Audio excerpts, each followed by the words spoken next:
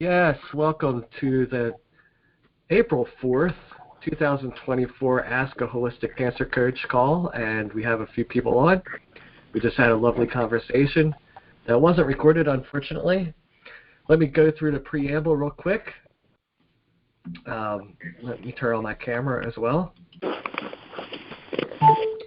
We are not doctors, so we can't say the word cure, but we do say help you with your health, optimize your outcomes. So anything that we say is not to be misleading or used as medical advice. Please consult your physician. And if they don't know what they're doing, consult another one.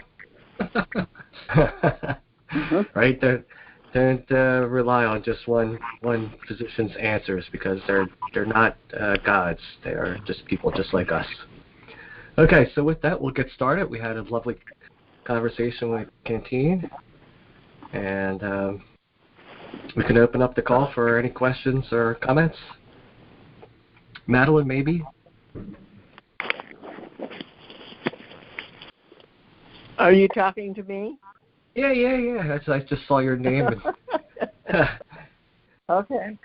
Yeah, Well, I thought I would tune in tonight because both of your coaches are cancer survivors, breast cancer survivors. I am not, but someone in my family is so far. But what is the meaning of a holistic cancer coach? That's a great question. And what we do is we look at the whole body. We don't, and mind and spirit as well. So we're not just looking at one issue in one person's life, and we don't treat anybody as a tumor, which you might get in the hospital. We treat you as a person, and we assess what's going on with you in all these different areas holistically. That means the whole thing. And we work with you as a coach to get you back into a better balance and better health for sure. We try to make your body an inhospitable host to cancer. And that's my quick blurb, but I'd let other people pipe up. Maybe Zach can add to that, and Maya and Yvette and Linda, some of the other coaches online. Sure. So there's going to be a lot of answers for that, because each cancer coach acts in their own unique way and has their own unique thing that they bring to the table in how they work with their clients. And also it's unique to each patient, because each patient has a different way that they're going to be seeking working with a coach.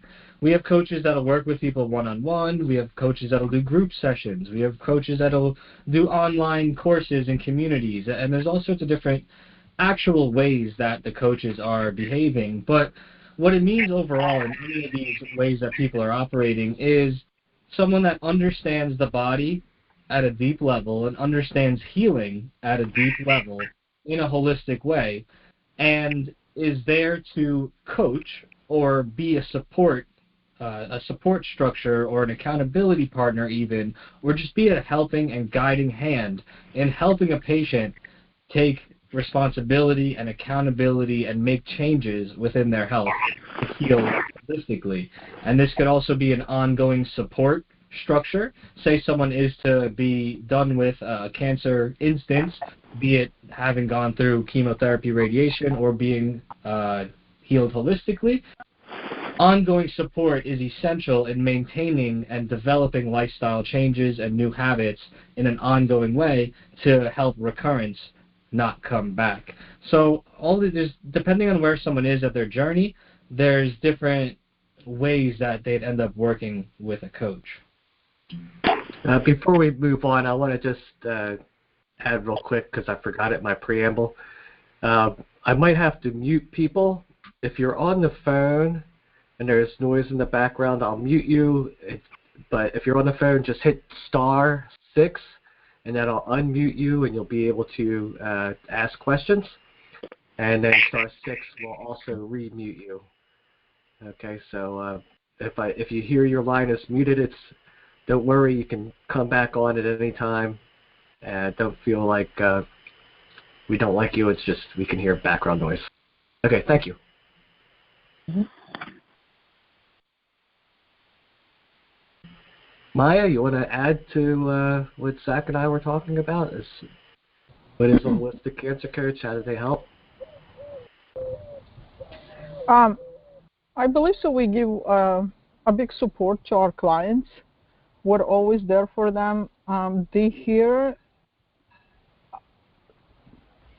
support. I mean, they feel support from us. They can talk on. They can pour their souls out sometimes.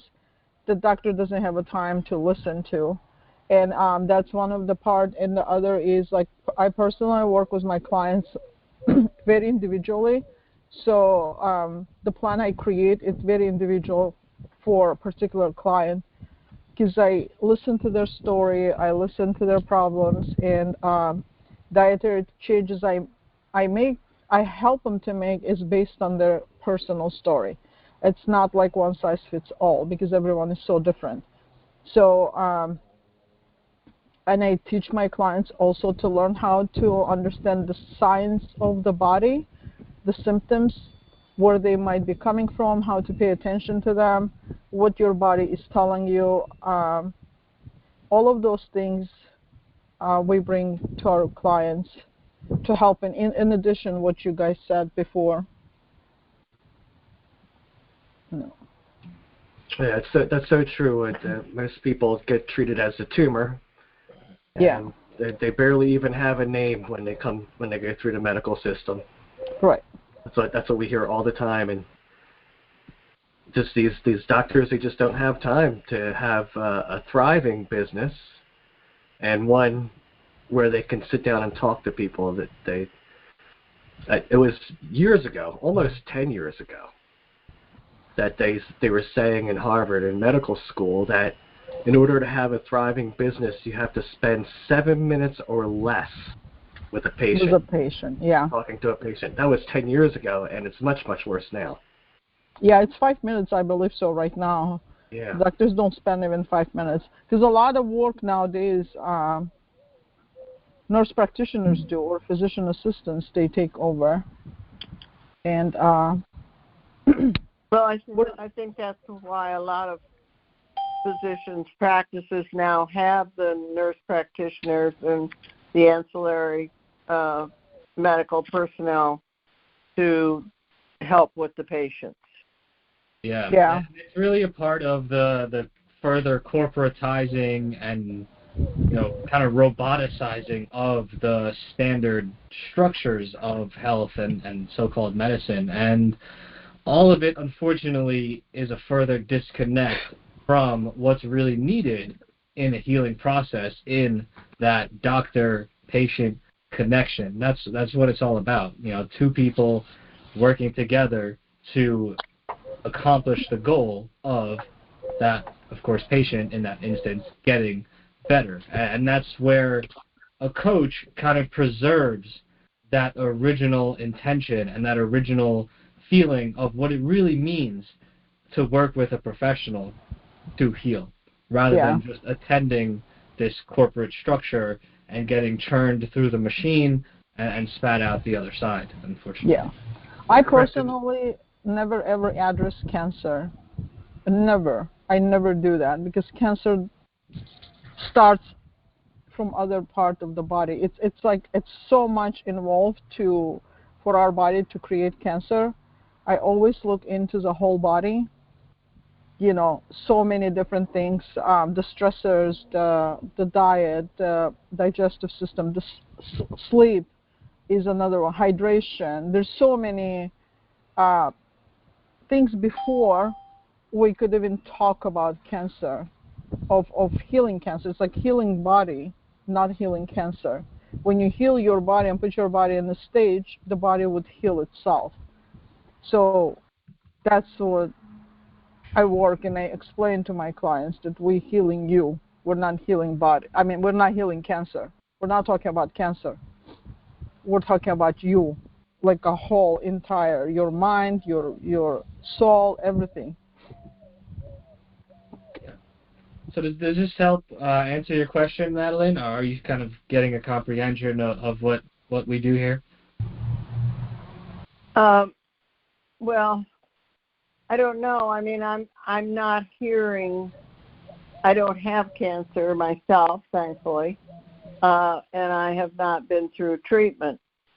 And I think, maybe we're fortunate in this community, but I'm not hearing. I'm hearing very positive comments from cancer patients who are going to a certain center here, and they feel a lot of support, I believe, and I don't think they feel like the doctor is shutting them out and turning them over to somebody else. I think that they feel like it's a whole team. I think that I think a lot of people are complaining about their time with their doctor, but not so much in the cancer field. But maybe that's, maybe we're fortunate to have these centers here. I don't know because I haven't experienced it. Yeah, there's always going to be such a range of things going on in any field and any side of the equation, but it's super wonderful to hear that there's a great community support structure in your community, and that's certainly not the only one. There's definitely one out there. Good. Well, now what in terms of blood type cancers? I have a friend who has just been diagnosed with mantle cell in a very advanced stage. Do you have any cancer coaches that might be helpful to him? Could you repeat the question? I have a friend who has just been diagnosed with mantle cell and cancer, a blood type cancer, and I wondered if you had any coaches that work in that area that might be helpful to him. He is seeking a more natural therapy as opposed to chemotherapy. At this point, he's very run down, and he's trying to get and the doctor who's working with him is trying to get his body back, somewhat like the lady was talking before about, improving her body's health. Well, when it comes to cancer, basically all cancers are the same. The cancer grows in the body when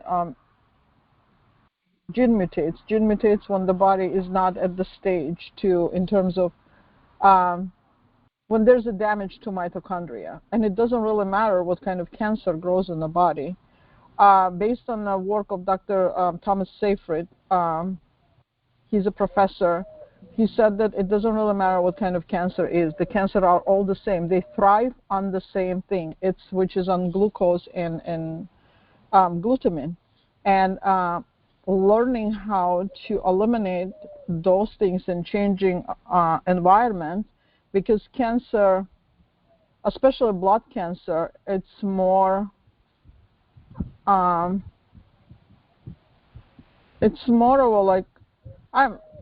not only blood cancer, a lot of cancers, but it's a body being exposed to a lot of toxins, body being exposed to a lot of damage that start creating a cancer inside. And it's just learning the way I personally would approach someone like that is I would take entire history and try to see where that trigger had happened at what point and what was those triggers. Like I go back in the history way back, for example. But we do have list of coaches on the website beatcancer.org that he can go on and see if anyone in the area could help him out with that. Because I believe all of our coaches do have a great knowledge of helping people. So that's what I would say. Okay. But there's So a lot you of could, information. on the I'm on sorry. the website. Yeah, there's Okay. beatcancer.org. There's a Right. list of cancer coaches. Um, Okay. we're not the doctors to separate our field in terms of, like, let's say oncologist that particularly focuses on blood cancer, or oncologist that particularly focuses on breast cancer. We're not doctors. We don't separate ourselves. But we teach people how to learn how to change their life and their diet, how to balance their stressors and all of those things to, that's how we help them. Okay. So I hope that helps. It is. Okay. And then also understand too that when you go to that list, the cancer coaches are in varying degrees of how long they've been a cancer coach, how much they knew before they were a cancer coach, but we have descriptions of each one there Okay. that can help a little bit. And you don't have to necessarily find one that's in your local area. If you find Yeah. one that's more specific, that says something about blood cancer, you might want to talk to that person even if they're in California or someplace further away. It looks like your area code is somewhere in the Harrisburg area. If I'm in not Lancaster. mistaken. Yeah. Yeah. Okay. Right. So yeah, we all the coaches though have a base training from Beat Cancer, and what we want to do is change the terrain of the body through lifestyle modification. And everything we talk about is non-toxic and immune boosting. And that's the way we work with people. Thank you. Yeah, you're welcome.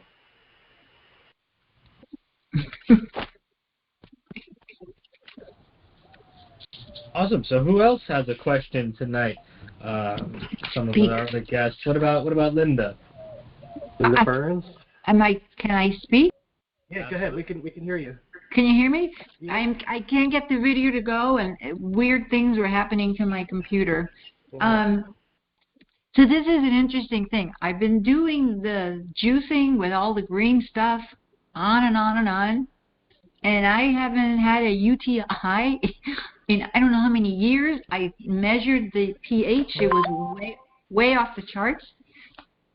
I guess it must be from juicing. What excuse me, what do you mean way off the chart? What?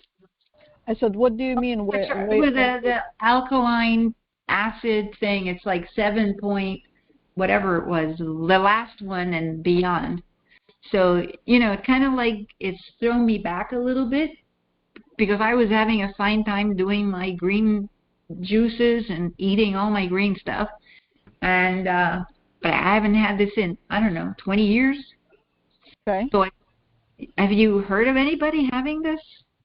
So alkalinity at 7.4, 7.5, is that what you're talking about? Yes. Okay. Alkalinity at that level, urine is, as particularly when you have cancer, it's a good sign. That's mean your body and your body is very well alkaline, probably from all the juices. Do you have any problems, you said, from it, or no? I don't have problems with juicing, but I have problems because the pH apparently got so high that I have now a UTI. So, yeah. Well, are you sure? Tract infection. Yeah, I'm curious if it's alkaline or are you reading right? Because in alkalinity, it would be hard for bacteria to grow in alkaline environment.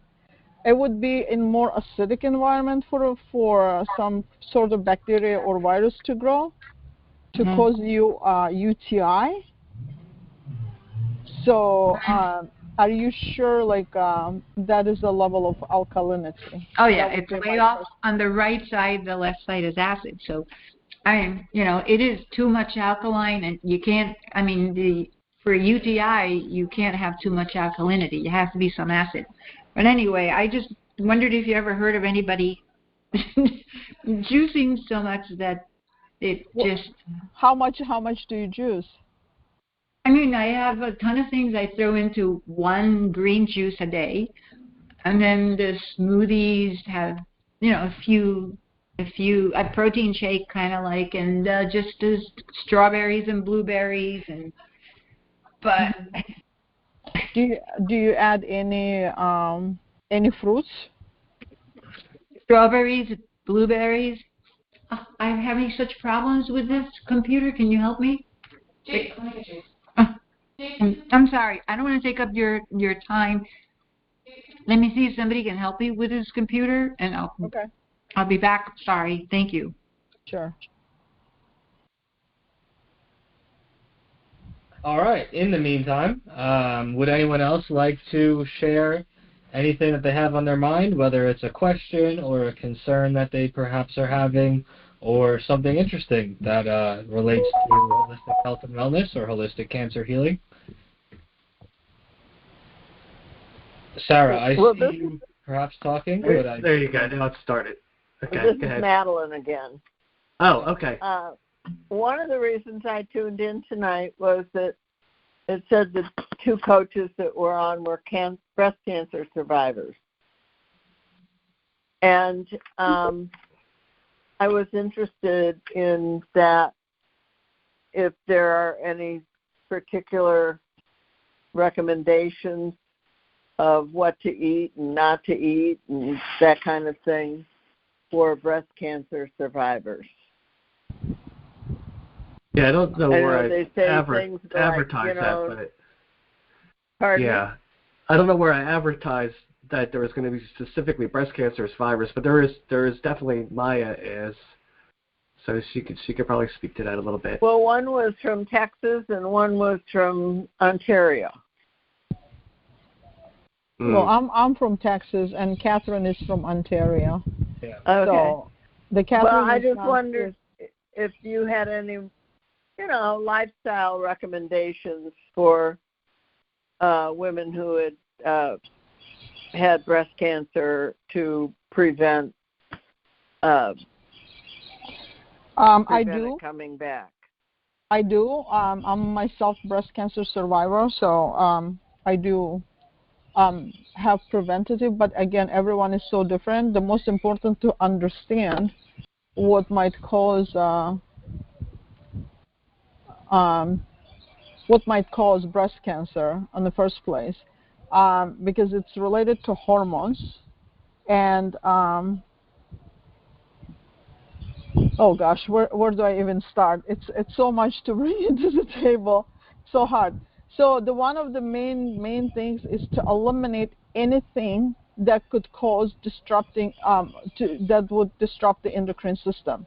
Those are a lot of chemicals that coming from the dishes we use, the plastic, the water drinking in the plastic bottle, shampoos, cleaning supplies. They all full of chemicals that affects the endocrine system, and particularly hormones. So that would be one of the main reasons. The other is the food that, like low-fat food, would create a problem in the system, because for the body to make hormones, our body needs fat, particularly cholesterol lipids. So if we are not bringing in enough saturated fat, it would cause problems in the hormones. Bringing food that's rich in iodine, that's another thing. Learning how to balance their circadian rhythm, which is like a sleep and wake time. It's not only sleep and wake time, it's just the basic circadian rhythm that our body programmed to, because at certain time of night our body does hormonal exchange. Making sure that people are sleeping at certain this person is having a good night's sleep, at least 8 hours a day at night, and going to bed not at 12 or 1 o'clock in the morning, but going to bed about 9:30, 10 p.m. That is very important. So another thing is balancing the stress. The stress is when the cortisol levels are increased, body is under constant chronic inflammation condition. So the balancing stress, making sure the adrenal glands are balanced, whether it was meditation, breathing, if needed to bring certain supplements like magnesium and stuff like that to control that stress. That's another main part, because when we control stress, that means we can balance so many things inside the body, including insulin levels, because cortisol does increase insulin, and we all know the cancer cells has higher insulin receptors. So there's not only one thing. It's like a whole entire package of things that people have to follow not to have a cancer reoccurrence. This does not even apply to breast cancer. This is basically for all type of cancers. Would you mind repeating that what you said about fat? About fats? Fat. Yeah. Our human body needs saturated fat to make hormones. So that's one of the main things. And for people having a low-fat diet, they struggle way more than people who implement fat. Every cell of our body is coated with fat. The top layer, the cell membrane of every cell of our body is a cortisol. The cholesterol fat. So if we deplete our body of fat intake, we do cause a lot of problem. I'm not talking about myelin sheath is 100%. Myelin sheath of the brain is 100% saturated fat. So when we deplete that, a lot of damages happen inside the body. So that's another way of looking at the stuff. That's interesting, because they're always telling you to stay away from saturated fat. That's a psyop. Yeah, it's been debunked. It's been debunked a long time ago, and apparently I just read a new study. It is a study and the research. Some doctors did it. They came up that saturated fat has nothing to do with a heart attack or heart condition. Has nothing to do, zero. There's no correlation of high cholesterol levels linking to any heart conditions. Yeah. It's more of a sugar than fat. So eliminating sugar is a most important part. Learning, if people are diabetics, they have to know how to balance their diabetes, because that is a number one trigger of many cancers. This brings up the very important conversation of always considering where information has come from. Yeah. It doesn't matter how popular a certain stance is. It doesn't matter how popular or how often it's repeated. It's important to really dig and take responsibility for figuring out where certain messages are coming from. For example, perhaps the whole anti-saturated fat movement and articles and journals that were published and this and that were funded by the manufacturers of seed oils and the so-called fat alternatives, when those products hit the scene as part of their marketing. And perhaps it was one of the most successful marketing campaigns to exist. Exactly. It doesn't necessarily mean that they're right. It doesn't necessarily mean that they're good. It doesn't mean that they didn't convince doctors or whomever with their marketing as well, and so now the doctors are repeating certain things. It's super important to take a step back to any messaging and any themes of health that we are exposed to, and really get to the bottom of why are we being told this, because unfortunately it's not always in your best interest when things are being said. Well, can you give me any references on this saturated fat? references on saturated fat? Yeah, that they're good. Let me find the name of the book I read. That I'll find it. I'll post it in the chat. Thank you, Maya. Okay. You're welcome. Also, too, you got to remember, look at the people back in the 60s and the 70s. If you just look at group pictures or even videos of people, you didn't see a whole lot of people that were overweight or especially even obese.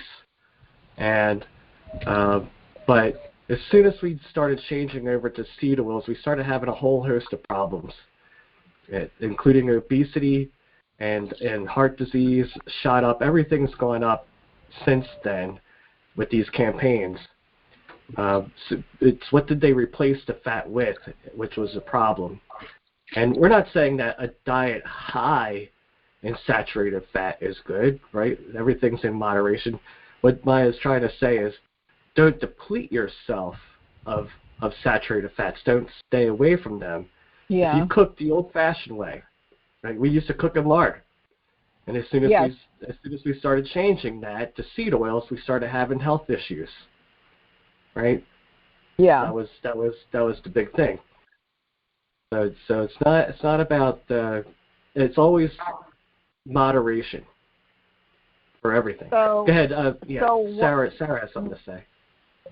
What about grilling and red meat? And, well, grilling causes charring, which has its own issues. I think meat in general is good. Again, if you look at our diets way back when, we didn't have the same preponderance of problems that we have now, especially in the areas of obesity. Now, when I say obesity, I don't take that lightly because we have over 60% of people that are overweight to obese at this point in time, and 32 different types of cancer come from not having a healthy body weight. So it's a very important thing. Just think about that for a minute. If we all got back to a healthy body weight, ate the way we used to, we'd eliminate 32 different types of cancers that are popular today. Sarah, can you try talking again? We weren't really hearing you. Yeah, there's something going on with your mic. Plugged in, because you're not muted, but yeah, your mic is on, but we don't hear you. You can put it in the chat if you like. So I wanted to say something about fat.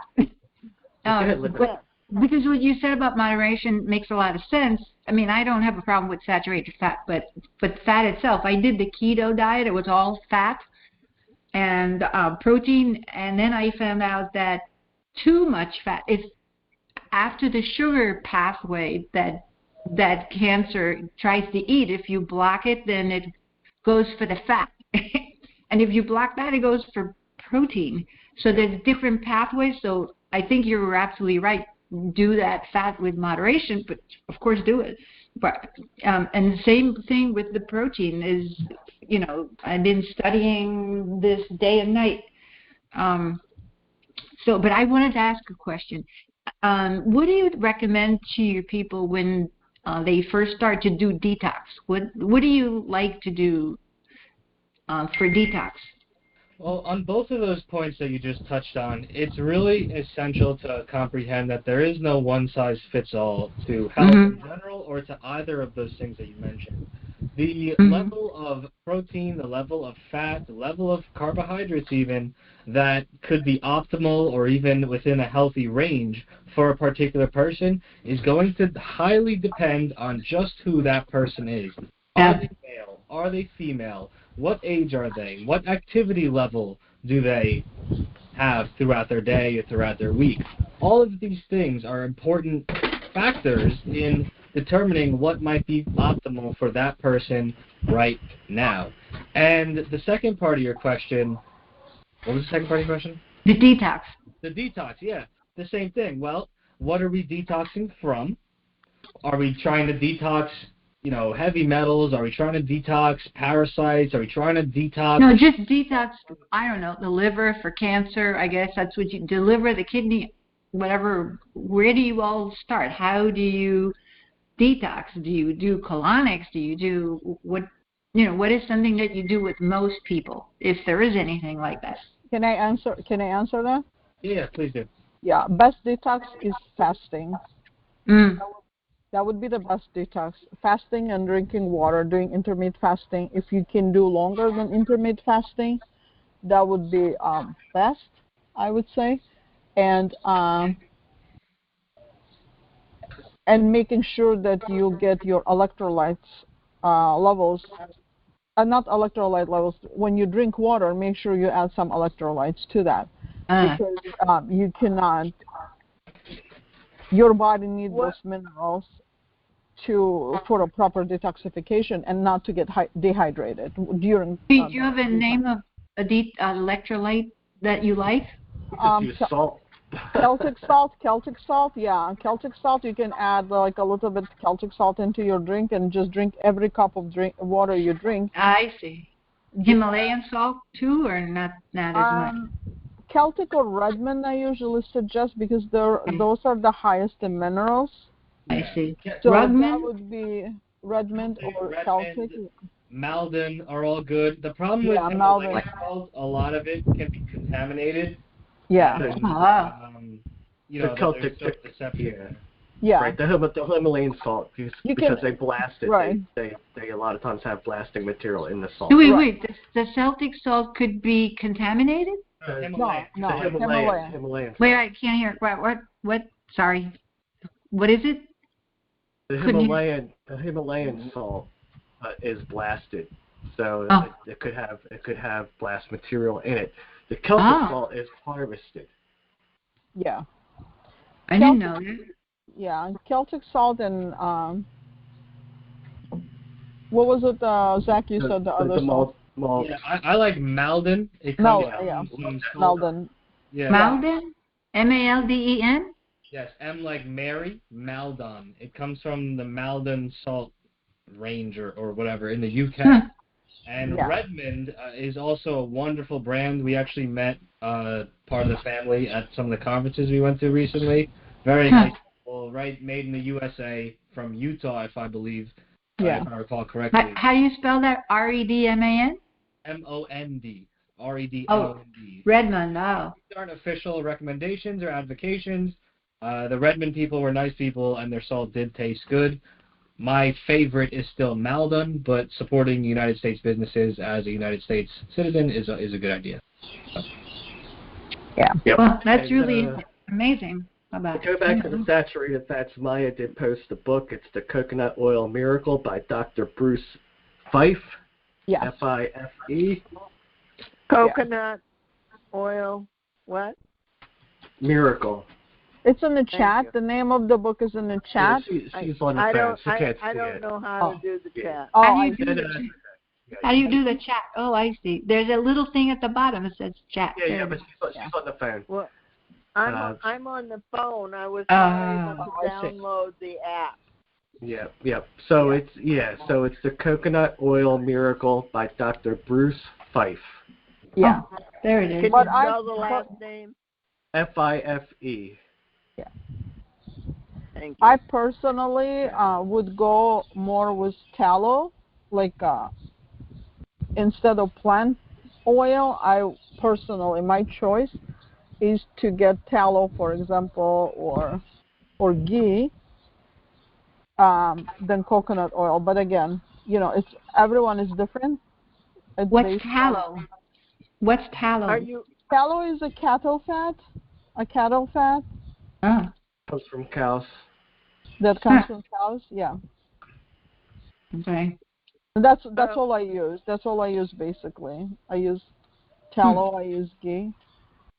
Yeah. So when I buy meat, I usually buy a whole flank, and then fillet it myself. And there's a lot of extra fat, and you can actually render that yourself to tallow, if you like. Huh. Yeah, So and there's I've heard of things that you can ghee. do with tallow. Yeah, ghee is very good, and it's shelf stable. It lasts for a long, long time. Yeah, and you could cook with it. There's also body products made of tallow. It's very nourishing for the skin and protective for the skin. There's tallow-based deodorants and all sorts of things. You Excellent, can buy excellent. this at a drugstore, a regular supermarket, Publix, whatever. It's more of a at the health store. Publix might have it. Oh, okay. Publix has some like organic. Make sure it's grass fed. I mean, you can do either or. Some studies showed like people who consume tallow, even from the animals that weren't grass fed, they still get better results on healing their let's say thyroid problems and like autoimmune conditions and stuff like that. So Because you don't like the coconut oil. oh no, I love coconut oil. I just prefer to use animal fat. Oh. Yeah. Yeah, our bodies are, flesh bodies, and so there is some credence to like heals like, and Right. sometimes our body can have a easier time or a better time absorbing the fat from a similar, a similar structure. Paul, do you care if I drop the link to some of the tallow products that we? No, go ahead. Yeah, feel free. Yep. Cool. So I'm going to put in the chat, these are some people I know personally. You can check out their tallow-based body products. They're all wonderful smelling. They have everything from lip balms to deodorants to sun bombs and all sorts of stuff. And if you use that link, you'll save a couple bucks. Zach, for the people on the phone, will you? Tallow. TALLOW. And for the people on the phone, if they want to check out the products I am referring to, that is Ancient Healings is the name of the brand, and that's ancient-healings.com. And they have a variety of products, and if you were to use the code ZAK, that'll get you a discount and save you a couple bucks.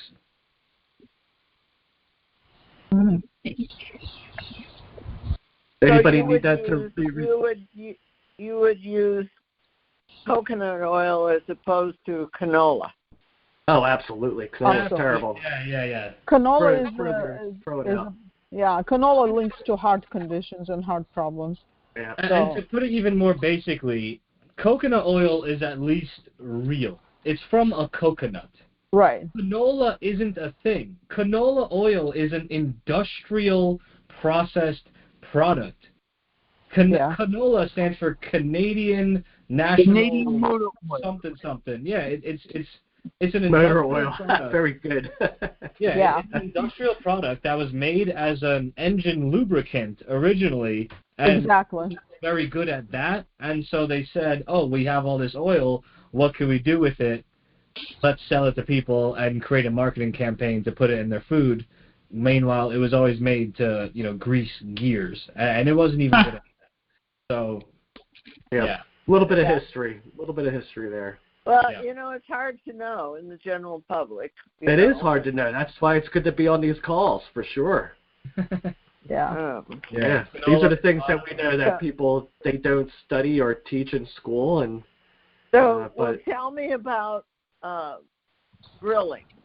You're saying, charring is not good. Anytime you burn something. That, but can you grill meat and be safe? Oh, certainly. So grilling itself isn't inherently bad. We have to. What happens is combustion. The process of combustion and combusting things creates carcinogenic reactions, if you will. And so when we char meat or even vegetables, it doesn't matter what it is. If we char something or blacken it, doesn't have to be on a grill, even in a pan. Once you get that charred-like consistency, a chemical reaction has become carcinogenic. And then that can extrapolate out a bit. Of course, if you are smoking meats or smoking foods, well, that combustion, of course, is absorbing a bit into the food. But that doesn't mean that grilling is inherently itself bad. charcoal, burning, that is a bit of combustion as well. So, of course, things in moderation might be worth a consideration. But that's what we're talking about. When things are burnt or chemically combusted, they are altered in that way from their natural form. Right. Like we said, everything in moderation. If this is a bulk of your diet, everything's blackened, everything's charred every day, you're going to run into a problem. But think about how many meals a week you eat. Every day you have 3 meals, right? They don't all have to be charred and blackened, right? If you have a couple of grilled steaks a week, nobody's going to have a problem with that. Your body's not going to have a problem with that. But we want to try to make it the best possible meat that we can get. We want to definitely get grass-fed, grass-finished meat, and if you can get it from a farmer that you're in Lancaster, you probably got a lot of great Amish farmers out there with really healthy meat. I'd say you're in a really good position there. Yeah, and it looks like Linda has a question too when we get to that. Yeah. Yeah, and baking is the best way of cooking your meat. What is? Baking. Yeah. Baking or on the pan a little. Generally, cooking things is usually going to be a good idea. Well, a lot of the times, whether that is a vegetable or meat. Roasting, all right? Yep, that's baking. That's the same thing. Roasting. Yeah. Linda has a question. Linda Umstead. I want to make sure we get to her. Hi, everyone. Hi. Hi. I just wanted to come on and say hello to Madeline. Madeline is somewhat of a neighbor. I'm up in the Reading area, which isn't too far from Lancaster. And I am a stage 3C breast cancer survivor since 2008. And I had a pretty rough road. As we know, with breast cancer, there's lots of intravenous chemotherapy, there's radiation, lots of surgeries. And unbelievably, my husband was diagnosed with stage 4 colon cancer 6 months into my journey. Oh, my Lord. So we propped each other up. We did go and see a nutritionist, which I think was very, very helpful. And her advice was to do everything that our respective oncologists were telling us, and that she would support us nutritionally through the whole process. And that's why I'm such a big believer in this program and nutrition. And I just want to, I can't speak for anyone else. For me, I think ethically I'm a vegan, but every time that I go hardcore vegan, it seems that it's a little bit too high sugar for me.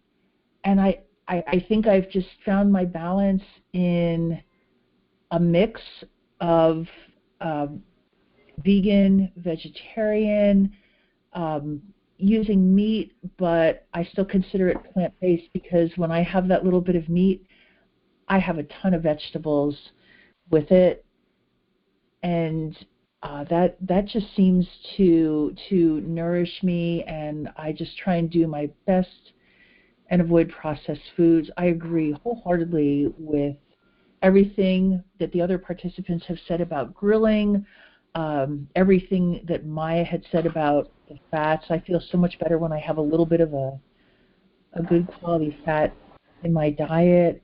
And I started teaching yoga a couple of times a week. I love that. And I play the harp. And I think that combination, harp is soothing and healing. Oh, yeah. I love to play it for myself, and I work for hospice also, so I play for patients during the day, and just keeping busy, keeping a positive attitude. And I just like to look at cancer as like I had a cold, and I also like to think of it too that it saved my life, because it made me aware of some things I was doing. My late husband and I both worked with chemicals in a cleaning business. So, and we were having financial worries getting both of our daughters into college. So, so just in my instance, those are things. But I just wanted to hop on and wish you many blessings on the journey ahead, and you found the right place to ask your questions. Thank Thank you, you. Linda. And, Thank you, and Linda. Thank Linda you. is a coach as well. That's Linda Umstead. And thank you for that. Okay. Yeah. Yeah. A lot of people, particularly people who have strong digestive problems, they have a hard time digesting vegetables. It causes them more damage than use out of damage. That's why everyone is so different. Everyone has to choose what fits their own body. That's why it's so hard for us as a coaches to tell someone, oh, you're going to be better off this way or better off this way.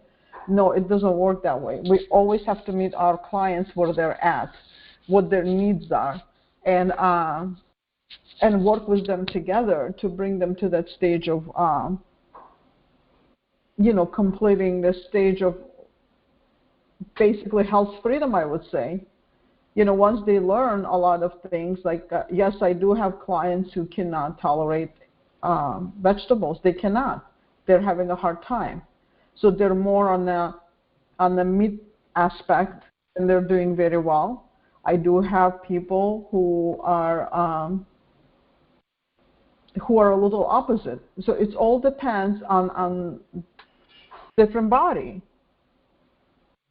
Like Linda said, being vegetarian is not easy. Our body actually goes through a lot of stress breaking down vegetables because our body wasn't meant to break down a lot of vegetables. Our body meant to have balance because we're part of the animal world. Our muscles similar to an animal muscle, so we need a protein for our muscles. We need fat from animals to be able to balance that stage too. So it's all trying on and see what works for you, basically, instead of jumping from a diet to a diet. Yeah, in nature, there's no such thing as a vegan animal that decides to be vegan, Yeah. and so that's what they do, and they feel guilty if they don't do it, right? In nature, what animals do is eat, one, what they can find, but two, what feels best to them and what makes their body feel good. Animals inherently will intuitively eat as much as they can, but when we get as people to a state where we have these mental schemas that we've constructed and feel a certain way about eating this versus that, and eating this versus that, and alter or kind of go against perhaps what our body is yearning for or calling to, then we only complicate the matters of health. And to give background information on myself, I lived several years as an exclusive plant eater, so I understand the mental frameworks that promote that kind of behavior. But I also had the experience that something was absolutely missing.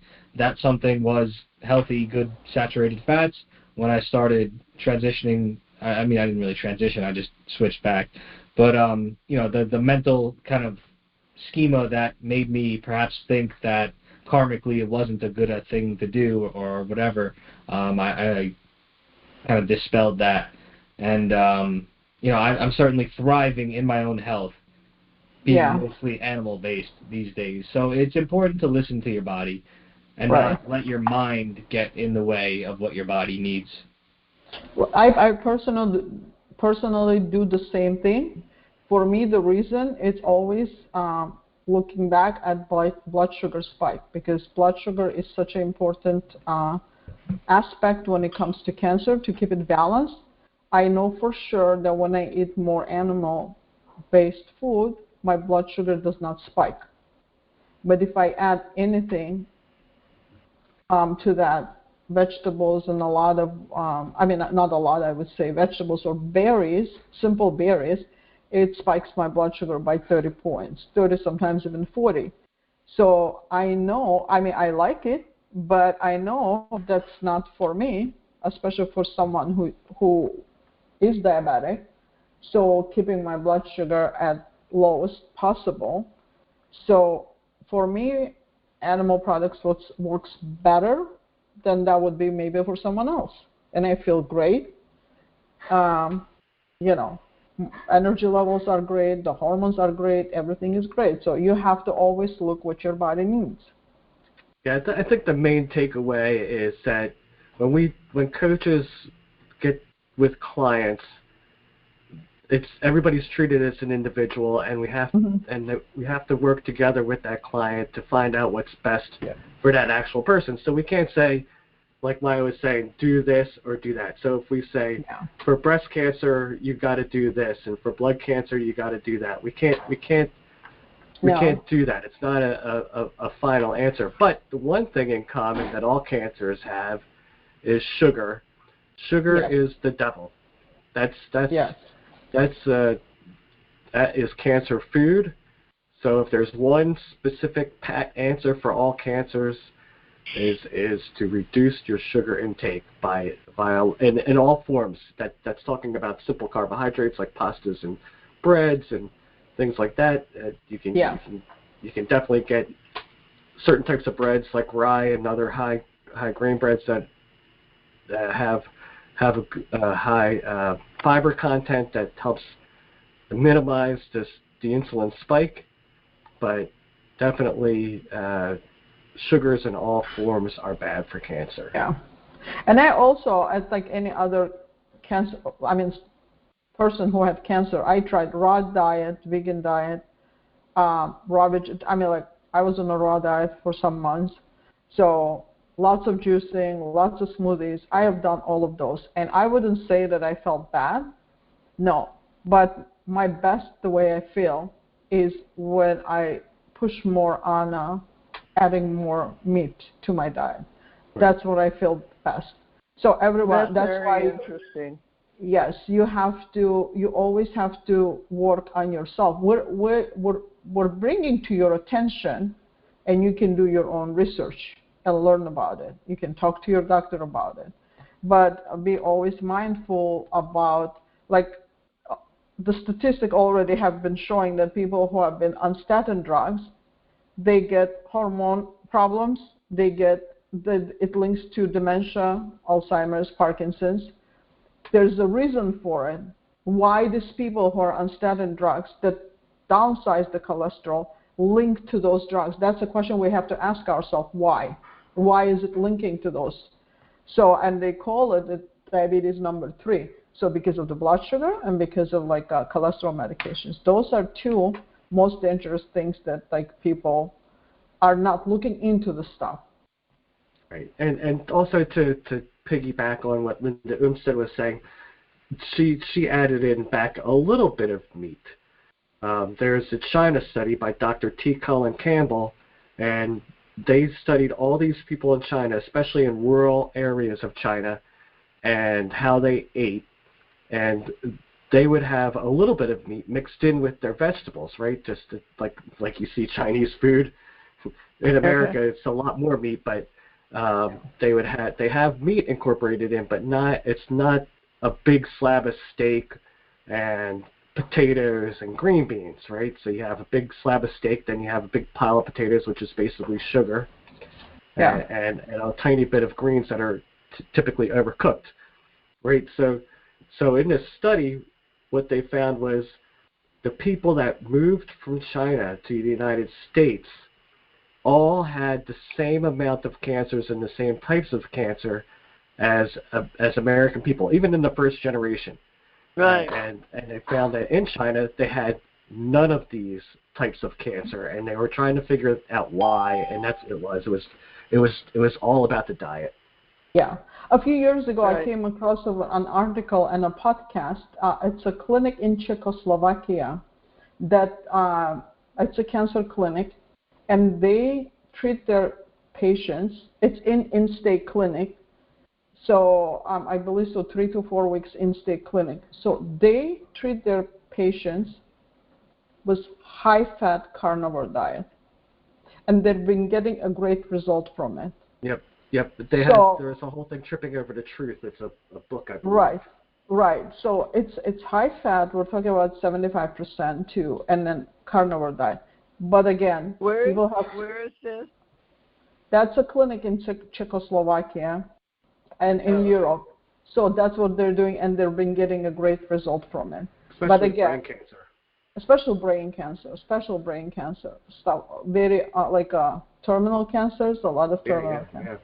So, and I am personally following people who are doing that. I'm just following their journey. People who have been diagnosed with terminal cancer, I've been following because that's what they decide to do, and I've been following them for about 4 or 5 months now because I'm very curious. I want to learn. I want to know, and so far they're doing very well. They were supposed to be gone by now, so it's just like very interesting things we are learning, and we're learning. I always learn. I always learn something new. So I'm learning, I'm digging also, and that's what I always suggest my clients. Don't just jump when you hear something and just start doing that. Do your research first before you jump into something. Well, this has been a great call, and I'm sorry it has to end now. We have another call to jump on in about 10 minutes. So thank you so much. If you didn't get your questions answered tonight, please contact us at support@beatcancer.org. We'll get your questions answered and email you back. Or you could come on to next week's call and we'll make it a topic of discussion. Maya's got one more thing. Carl, very quick. On Sunday at 6 p.m., I'm going to have a presentation. It's not a presentation. I was invited to do a call. Okay. It's going to be 2 hours. I'm going to talk about my journey, and I'm going to answer questions. So if anyone interested, let me put my email me, so I'll send you the link of the Zoom call. Or should I send it to you, Carl, and then you post it on the... Go ahead and post it in the chat real quick and state How it do to I the people. email you? There. Yeah, you got to state it to the people that are on. It's I am gonna just put my email. Whoever interested. What's your email? Yeah, she's on the phone. I'm putting info@365. I'm not on the chat. Yeah, she's gonna say it. She's Okay. just typing. .com. Is it that info? So it's info. It's info@365. Info@365. Health. Inside and out. All one word. 365 health. Inside and out.com. If you're interested in participating, just email me. I'll send you the Zoom link. It's going to be about 2 hours. I'm going to be just talking about my journey and what I've learned through my journey, and we'll answer the questions also. What is your name? Maya. M-A-Y-A. M-A-Y-A. M-Y-A-A twice? No, no, one time. M-Y. Okay. M-A-Y-A. Yeah. Oh, M-A-Y-A. Okay. Yeah, it's just Maya. Maya. Yeah. Okay. Okay. Thank you, everybody, and we'll see you here next week. Thank you. Okay, bye now. Bye. Thank you.